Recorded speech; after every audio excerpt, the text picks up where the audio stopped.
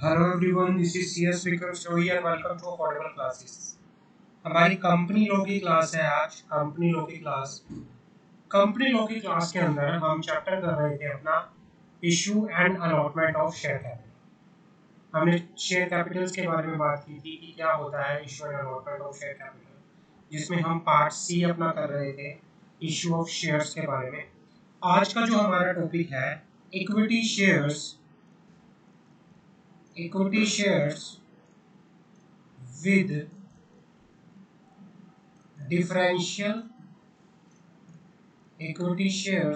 differential voting rights। आज का topic है equity shares with differential voting rights. Section 43 अगर मैं बात करूं, section 43 enable company to issue equity share with differential right as to dividend, as to voting right etcetera.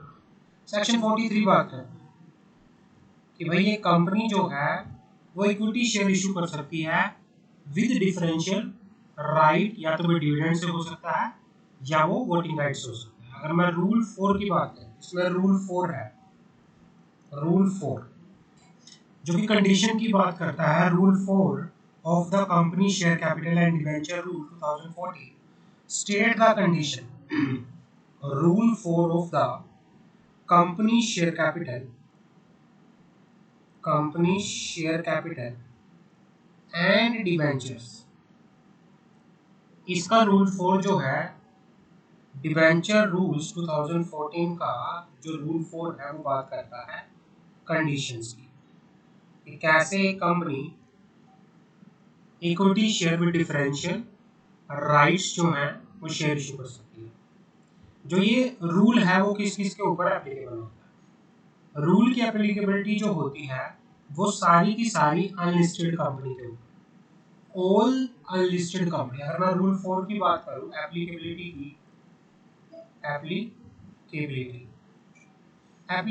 की बात करूं तो ये एप्लीकेबल होता है ऑल अनलिस्टेड पब्लिक कंपनी। और किसके ऊपर एप्लीकेबल होता है? All private company. और किसके ऊपर एप्लीकेबल होता है? Listed company so far as they do not contradict or conflict with any other regulation framed in this regard by the SEBI। मैं ये कहना चाह रहा है ये लिस्टेड कंपनी के ऊपर भी एप्लीकेबल होता है अगर क्या है कि भाई ये लिस्टेड कंपनी के एप्लीकेबल होता है so far has they do not contract conflict. भाई जो ये रूल है, अगर रूल 4 कॉन्फ्लिक्ट नहीं कर रहा, कॉन्ट्राडिक्ट नहीं कर रहा किससे? सेबी के किसी रेगुलेशन से, किसी रूल से, तो लिस्टेड कंपनी के ऊपर भी ये एप्लीकेबल होता है। तो एप्लीकेबिलिटी इसकी रहती है all the unlisted company, all the private company और लिस्टेड कंपनी। अगर जो रूल 4 है कॉन्ट्राडिक्ट नहीं करता किससे? अगर जो रूल 4 है वो कॉन्ट्राडिक्ट नहीं करता किसी भी रेगुलेशन से जो security exchange board of India ने बनाया है। आगे बढ़ते हैं। कंडीशन क्या है for issue of equity shares with differential voting rights? Rule 4 सबसे पहले तो आपके आर्टिकल ऑफ एसोसिएशन के अंदर क्या होनी चाहिए? ऑथराइजेशन होनी चाहिए। फर्स्ट जो होगा कंडीशन, आपके आर्टिकल ऑफ एसोसिएशन के अंदर ऑथराइजेशन होनी चाहिए कि भाई आपका article of association authorise the issue of share with differential right. Passing of ordinary resolution at the general meeting. The issue of share is authorized by ordinary resolution passed at the general meeting of the company. Limit for voting power not exceeding 74%। ये कहना चाह रहा है कि the voting power in respect of share with differential right of the company shall not exceed 74% of the total voting power, including the power in respect to equity share with differential rights issue at any point of time। मतलब क्या है कि overall जो limit है वो जो equity share with differential voting right किसी भी टाइम जब कंपनी इशू करेगी तो वोटिंग राइट जो है 74% से ज्यादा नहीं होना चाहिए। क्लियर है? No default. The company has no defaulted in the following. The company has not defaulted in the filing the financial statement annual return for 3 financial year immediately preceding the financial year in which it is decided to issue shares. पहली condition क्या है, आपके article of association के अंदर क्या होना चाहिए, authorisation होनी चाहिए। दूसरा क्या है, जनरल मीटिंग के अंदर आप ओआर पास करोगे। तीसरा क्या है भाई, कभी भी किसी भी टाइम में कंपनी कर सकती है differential voting right issue, but voting right जो होने चाहिए वो 74% से ज़्यादा नहीं होने चाहिए किसी भी टाइम में। तीसरा क्या है कि कंपनी ने पिछले 3 सालों के अंदर, पिछले 3 फाइनेंशियल ईयर्स के अंदर किसी भी फाइनेंशियल स्टेटमेंट के अंदर, किसी भी एनुअल रिटर्न की फाइलिंग में क्या नहीं किया होना चाहिए, डिफॉल्ट नहीं किया होना चाहिए। उसके बाद क्या है, the company has not subsisting default in the payment of declared dividend to its shareholder or the payment of its mature deposits or redemption of preference shares or debentures that have become due for redemption or payment of interest on such deposits or debenture or payment of dividends। ये कहना चाह रहा है कि company जो है default में नहीं होनी चाहिए, किसके, पेमेंट ऑफ डिविडेंड के, पेमेंट ऑफ मैच्योर डिपॉजिट्स के, रिडम्पशन ऑफ प्रेफरेंस शेयर्स के या डिवेंचर्स के, या पेमेंट ऑफ इंटरेस्ट के और एनी डिपॉजिट या डिवेंचर, इनकी पेमेंट्स में क्या नहीं होना चाहिए, कंपनी का डिफॉल्ट नहीं होना चाहिए। तीसरा पॉइंट क्या है, the company has no default in payment of dividend और preference share, repayment of any term loan from public financial institution, state level financial institution, scheduled bank that has become repayable or interest payable thereon, or due with respect to statutory payment relating to employee or any authority, or default in crediting the amount in the investor education protection fund। ये कहना चाह रहा है कि company ना ही किसी भी preference share को जो डिविडेंड पे करना है उसमें क्या होगी, डिफॉल्ट करेगी, ना ही किसी पब्लिक फाइनेंशियल इंस्टीट्यूशन से अगर कोई लोन ले रखा है, स्टेट लेवल फाइनेंशियल इंस्टीट्यूशन से कोई लोन ले रखा है, बैंक से कोई लोन ले रखा है, उनकी रिपेमेंट में या उनके इंटरेस्ट की पेमेंट में भी कंपनी क्या नहीं करेगी, डिफॉल्ट नहीं करेगी।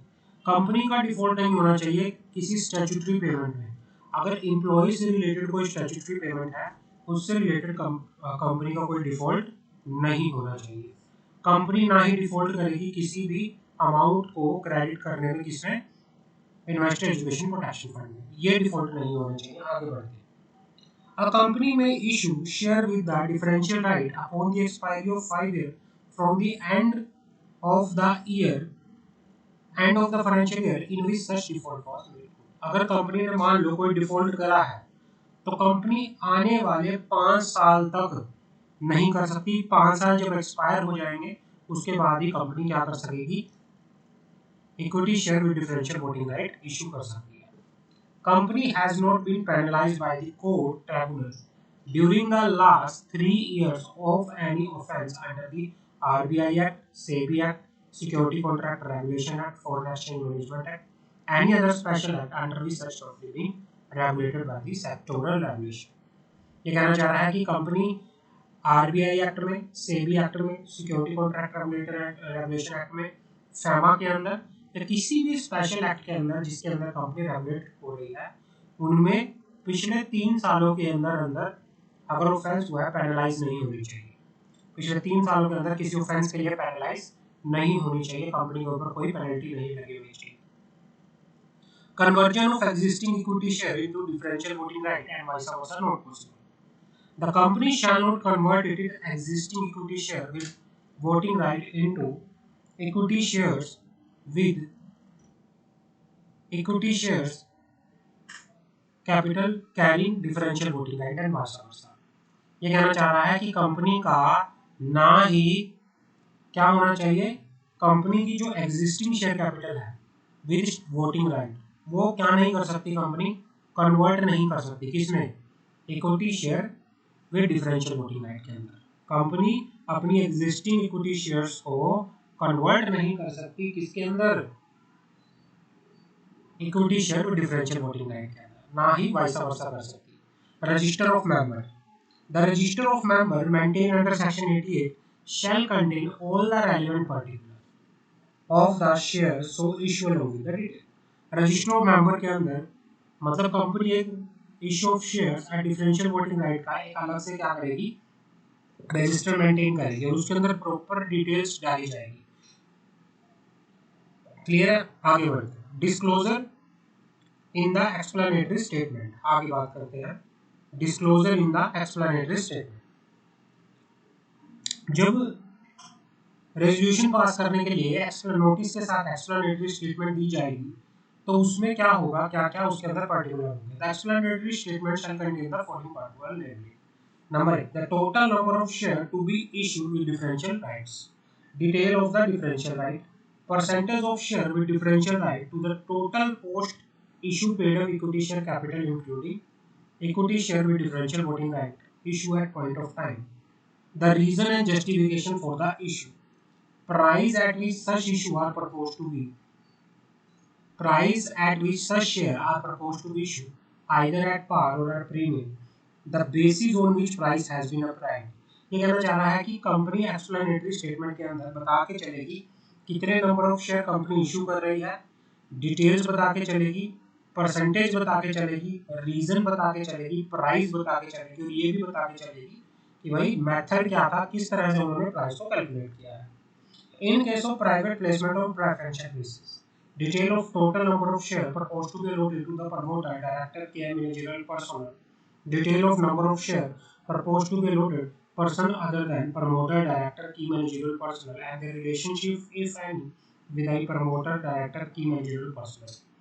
In case of public issue, reservation if any for the differential class of applicant including promoter, director, key managerial personnel.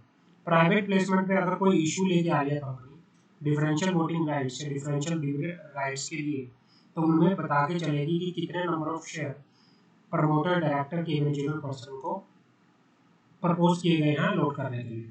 ये पब्लिक को बता के चलेगी जो कि रिजर्वेशन बेसिस पे है, ठीक है ना। और कि अगर कोई प्रमोटर का रिलेटिव है, कोई की मैनेजरियल पर्सनल का रिलेटिव है, कोई डायरेक्टर का रिलेटिव है, तो उनके बारे में भी प्रॉपर्ली डिटेल बताई जाएगी। The percentage of voting right which the equity share with differential voting rights shall carry the total voting right of aggregate equity shareholder, मतलब उनकी परसेंटेज ऑफ वोटिंग राइट भी बताई जाएगी। Scale of proportion in which voting right of such class और type of share vary, scale भी बताया जाएगा कि किस स्केल्स पे किस प्रपोर्शन में उनकी जो वोटिंग राइट है वो वरी कर रही है, ठीक है ना। चेंज इन कंट्रोल के बारे में बात होगी। तो ये सारे का सारा जो है बताया जाएगा, ये सारे का सारा एक्सप्लेनेटरी स्टेटमेंट के अंदर बताया जाएगा। क्लियर है? आगे बात करते हैं। Disclosure in the board report, the board of director are required to disclose the detail of the issue of share with differential right in the board report of the financial year in which it was completed. ये कहना चाह रहा है कि जिस year के अंदर जो ये issue of share differential right है ना, अगर issue of equity share with differential right है, अगर जिस ईयर के अंदर ये कंप्लीट हुआ है तो उस ईयर की बोर्ड रिपोर्ट के अंदर जो बोर्ड ऑफ डायरेक्टर है पूरा डिस्क्लोजर भी देके चलेंगे। क्या डिस्क्लोजर देंगे? Total number of share allotted with differential right, detail of the differential right relating to voting right dividend, percentage of share with differential right, price at which share has been issued, particular of promoter, director, key managerial personnel to whom the shares are issued, change in control, earning per share, ये सारे का सारा जो है board report के अंदर भी बताया जाएगा। क्लियर है? जो चीजें एक्सप्लेनेटरी स्टेटमेंट में डली हैं वो चीजें सेम टू सेम डायरेक्टर जो है अपनी बोर्ड रिपोर्ट के अंदर भी डिस्क्लोज करके यहाँ पर चलेगी। क्लियर है? आगे बात करते हैं। Issue and redemption of preference, issue and redemption of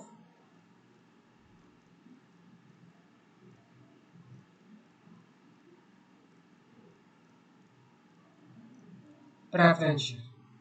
इसके लिए अगर मैं बात करूं सेक्शन 55 जो है वो बात करता है, section 55 of the companies act, section 55 of the companies act, और जो रूल है, रूल कौन सा है? Rule 9 of the Companies share capital and debenture 2014 इसके बारे में बात करता है। अब ये बात करना चाह रहा है कि कितने टाइम के लिए कंपनी जो है प्रेफरेंस शेयर इशू कर सकती है। Company can not issue irredeemable preference share. पहला तो टाइम होता है कि कंपनी जो है इरिडीमेबल प्रेफरेंस शेयर्स इशू नहीं कर सकती। कंपनी जो है इरिडीमेबल प्रेफरेंस शेयर इशू नहीं कर सकती और redeemable preference share with the redemption period beyond 20 years. और ना ही कंपनी रिडीमेबल प्रेफरेंस शेयर इशू कर सकती जिसका रिडम्पशन पीरियड 20 साल से ज्यादा का है। ना ही कंपनी रिडीमेबल प्रेफरेंस शेयर इशू कर सकती, ना ही कंपनी रिडीमेबल प्रेफरेंस शेयर्स इशू कर सकती जिसका जो रिडम्पशन पीरियड है वो कितना है, जिसका रिडम्पशन पीरियड 20 साल से ज्यादा का है। इट मींस मतलब क्या है कि कंपनी जो है मैक्सिमम टू मैक्सिमम कितने ईयर के लिए रिडीमेबल प्रेफरेंस शेयर इशू कर सकती है, मैक्सिमम टू मैक्सिमम 20 इयर्स। 20 सालों के लिए मैक्सिमम टू मैक्सिमम एक कंपनी क्या कर सकती है, रिडीमेबल प्रेफरेंस शेयर इशू कर सकती है। Authorisation by article of association section 55 subsection 2 further state that company limited by share if so authorized by the article issue preference share which are liable to be redeemed within a period not exceeding 20 years from the date of their issue subject to such condition as may prescribed। ये कहना चाह रहा है कि भाई अगर कोई company जो है रिडीमेबल प्रेफरेंस शेयर इशू करना चाहती है जिसका मैक्सिमम रिडम्पशन पीरियड कितना है 20 इयर्स का है, तो कंपनी क्या कर सकती है, इशू कर सकती है। उसके लिए सबसे पहले क्या होना चाहिए, आर्टिकल ऑफ एसोसिएशन के अंदर ऑथराइजेशन होनी चाहिए। दूसरी condition time authorisation by the passing authorized by passing a special resolution in the general meeting of the company the issue of such share has been authorized by special resolution in the general meeting of the company। अगर किसी company को issue redeemable preference issue करना है तो general meeting के अंदर क्या करना पड़ेगा, स्पेशल रेजोल्यूशन पास करना पड़ेगा। No subsisting of default the company at the time of such issue of preference share has no subsisting of default in the redemption of preference share issued earlier और in the payment of dividend due any preference share. Company किसी भी तरह के repayment of redemption of preference share के अंदर या payment of dividend on preference share के अंदर क्या नहीं होनी चाहिए, डिफॉल्ट नहीं होनी चाहिए, डिफॉल्ट नहीं होनी चाहिए। आगे बढ़ते हैं, redemption out of the profit of the company preference share shall be redeemed out of the profit of the company which would otherwise be available for dividend or out of the proceed of the fresh issue of share made for the purpose of such redemption। ये कहना चाह रहा है कि company कहां से redeem कर सकती है, कंपनी जो प्रेफरेंस शेयर है उसको out of the profit of the company में से भी क्या कर सकती है, रिडीम कर सकती है, जो which would be otherwise be available for the payment of dividend or out of the proceed of the fresh issue of share made for the purpose of redemption। Fully paid up shares such shares shall be redeemed only if they are fully paid up। share of only fully paid up share क्या हो सकते हैं, only fully paid up share redeem हो सकते हैं, only fully paid up share redeem हो सकते हैं। capital redemption reserve where such shares are proposed to be redeemed out of the profit of the company there shall out of such profit be transferred a sum equal to the nominal amount of the shares to be redeemed to the reserve to be called capital redemption reserve। अगर कोई company अपने shares को redeem करना चाहती है किससे, profit of the company से, company के प्रॉफिट में से अगर कंपनी क्या करना चाहती है, रिडीम करना चाहती है प्रेफरेंस शेयर, तो उसका जो जितने नंबर ऑफ शेयर, जितना अमाउंट जो है, जितनी नॉमिनल वैल्यू है शेयर्स की रिडीम की जा रही है उतना अमाउंट जो है ट्रांसफर कर दिया जाएगा कहां पे, कैपिटल रिडम्पशन के अंदर। Premium if any payable on redemption of preference share premium if any payable on redemption of preference in case of class of company has been prescribed whose financial statement comply with the accounting standard prescribed for such class of company under section 133 The premium, if any, payable on redemption shall be provided out of the profit of the company before the share are redeemed. Premium, if any, payable on the redemption of any preference shares issue on before the commencement of this act by any such company shall be provided out of the profit of the company or out of the security premium account before such share redeemed. मैं ये कहना चाह रहा है कि भाई कोई भी क्लास ऑफ कंपनी जिनको अकाउंटिंग स्टैंडर्ड एप्लीकेबल होता है ना, जिनको अंडर सेक्शन 133 के अंदर बताया गया है, अगर वो क्या कर रही हैं, वो रिडम्पशन प्रीमियम पे कर रही हैं on the redemption of preference share के ऊपर, तो वो कर सकती हैं, कहाँ से कर सकती हैं वो, out of the profit of the company, out of the profit of the company, out of the profit of the company में से कर सकती है। बट अगर कोई कंपनी रिडीम्पशन कर रही है प्रेफरेंस शेयर्स इशू और बिफोर ऑफ दी, और वो प्रेफरेंस शेयर जो इशू हुए थे और before the commencement of the companies act 2013, वो कर सकती है, वो कहाँ से कर सकती हैं, out of the premium payment कर सकती है, कहाँ से कर सकती है वो, out of the profit of the company या फिर out of the security premium account before such share are ready.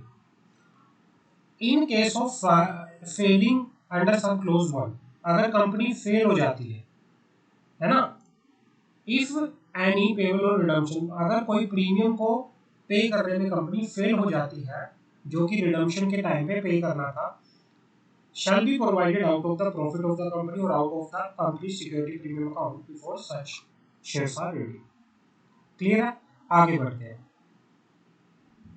Resolution authorizing preference shares shall be set out certain particulars। Resolution authorising preference shares, जो मतलब resolution pass होगा authorise किस चीज के लिए, preference shares को इशू करने के लिए, रिडीम इशू करने के लिए, रिडीम करने के लिए, है ना। प्रेफरेंस शेयर को इशू करने के लिए जो भी रेजोल्यूशन पास होगा उसमें क्या क्या चीजें बताई गई होगी वो बात कर लेते हैं। Company issuing preference share shall set out in the resolution particular in respect of floating matter relating to such share namely. अब इसमें क्या क्या चीजें होंगी वो बात कर लेते हैं। The priority with respect to the payment of dividend, repayment of capital, as well as equity shares. The participation in surplus fund, participation in surplus asset, profit, winding up, which may remain after the entire capital has been repaid. Payment of dividend on cumulative, non-cumulative basis, conversion of preference shares into equity shares, voting right, redemption of preference shares.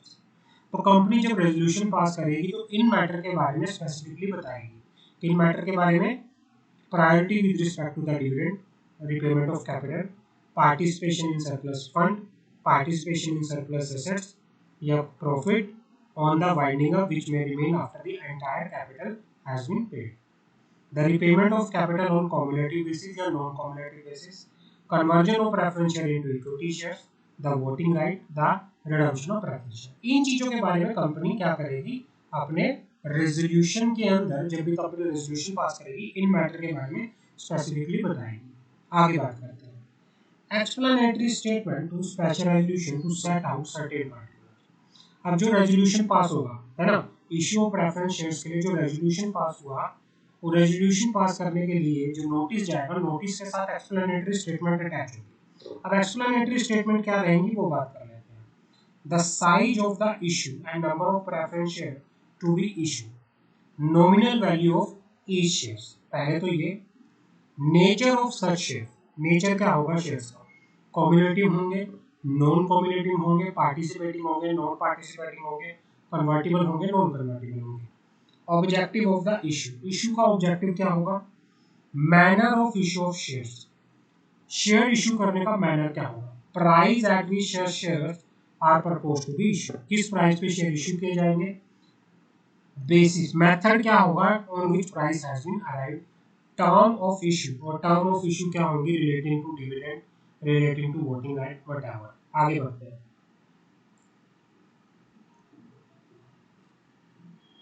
Term of redemption including tenure of redemption, redemption of shares has a premium if the preference shares are convertible in the term of conversion, the manner and modes of redemption, current shareholding pattern of the company, expected diluted in equity share upon conversion of preference share। तो ये सारे का सारा जो है explanatory statement के अंदर company जो है बता के यहाँ पर चलेगी। आगे बात करते हैं register of member to contain the particular of preference share.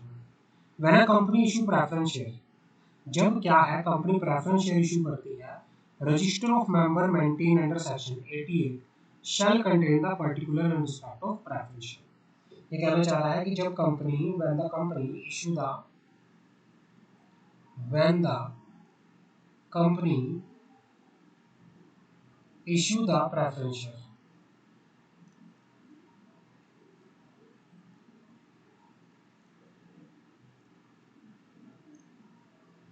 the register of member maintained under section 88 shall contain the particular in respect to the preference share। अब आज बात करते हैं रिडम्पशन ऑफ प्रेफरेंस शेयर्स की। What is the procedure of redemption of preference share, उसके बारे में बात करते हैं। Redemption of preference share, redemption of preference share, rule 9 sub rule 6 state that company may redeem its preference share only on the term on which they were issued or varied after due approval of the preference shares under section 48। उन्हीं condition के basis पे, उन्हीं terms के basis पे, जिन terms के ऊपर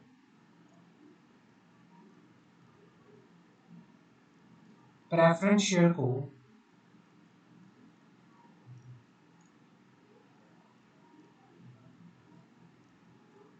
issue किया गया था,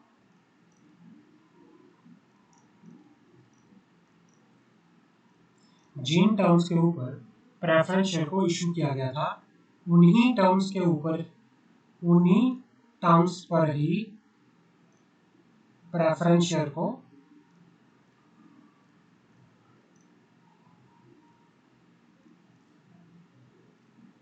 रिडीम किया जाएगा।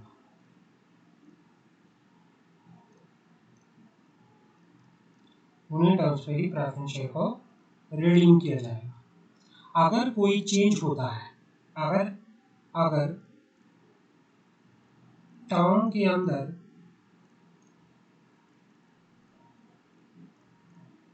कोई चेंज होता है